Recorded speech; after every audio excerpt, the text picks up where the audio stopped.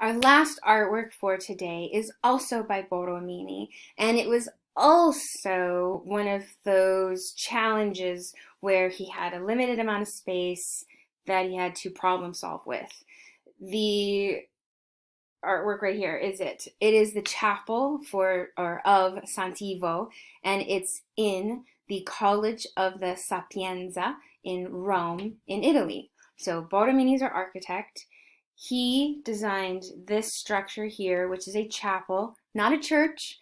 Chapels are subservient to churches, meaning that they don't have a designated priest for them. This is a chapel that is there for the students at the College of the Sapienza to worship in or to meditate and be inside.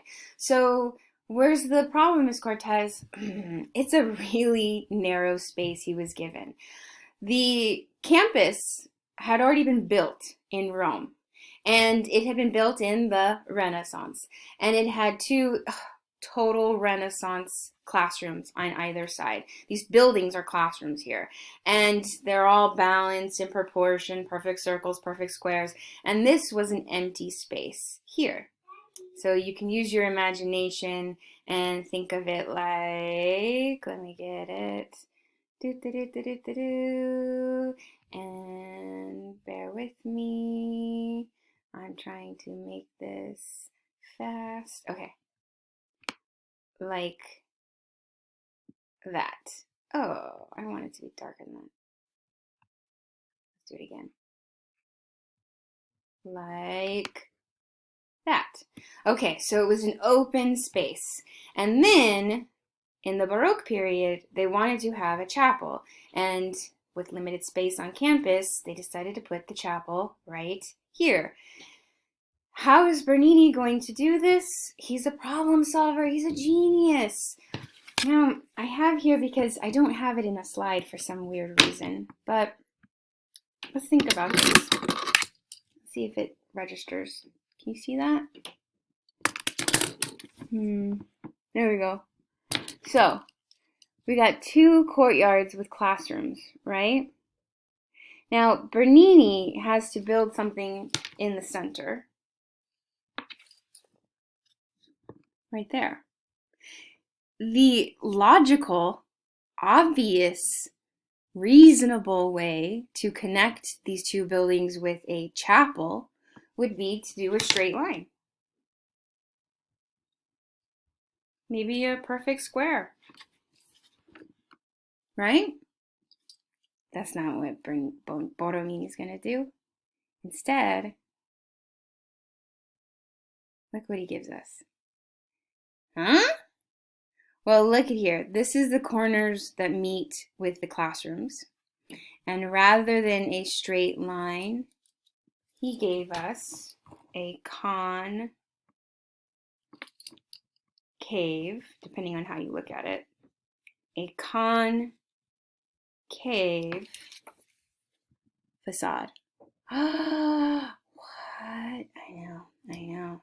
And then if we were to look at this space, rather than a perfect circle and a perfect square, he plays with the Trinity again. The Trinity, the Father, the Son, and the Holy Spirit. Oftentimes, instead of a simple triangle, there are these bulbous forms on either end to identify the Trinity of Father, Son, and Holy Spirit. And you see that space here. You see that triangle? If we were to look up into the dome carries that same shape up. A dome? Wait. Where's a dome, Miss Cortez? Okay, let's go back. See here? There's our concave facade, and there's our dome. And just to add to the genius that is Borromini, the dome, well, that's a circle. Well, I mean, Trinitarian circle. But guess what it's doing?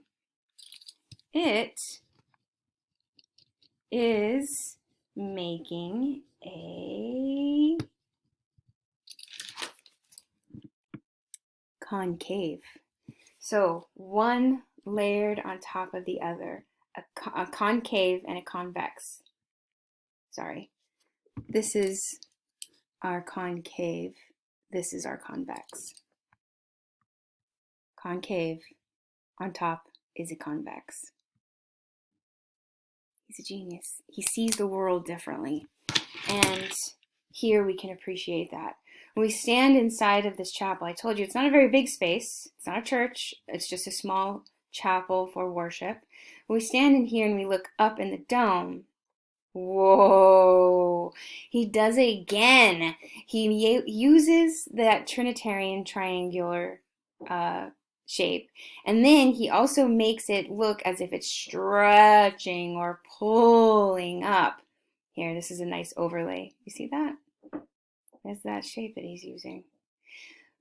Look at here. He's establishing in these rosettes, these stars, he's establishing a size, and then they dramatically shrink in size, and our eye perceives that as being really, really far away, so that when we're under this space, it creates this flex.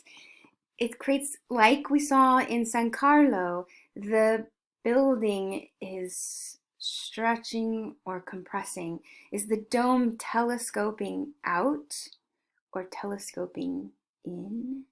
It's forever in flux, moving, unstable. It is the genius of Borromini. Okay, we'll finish with that today.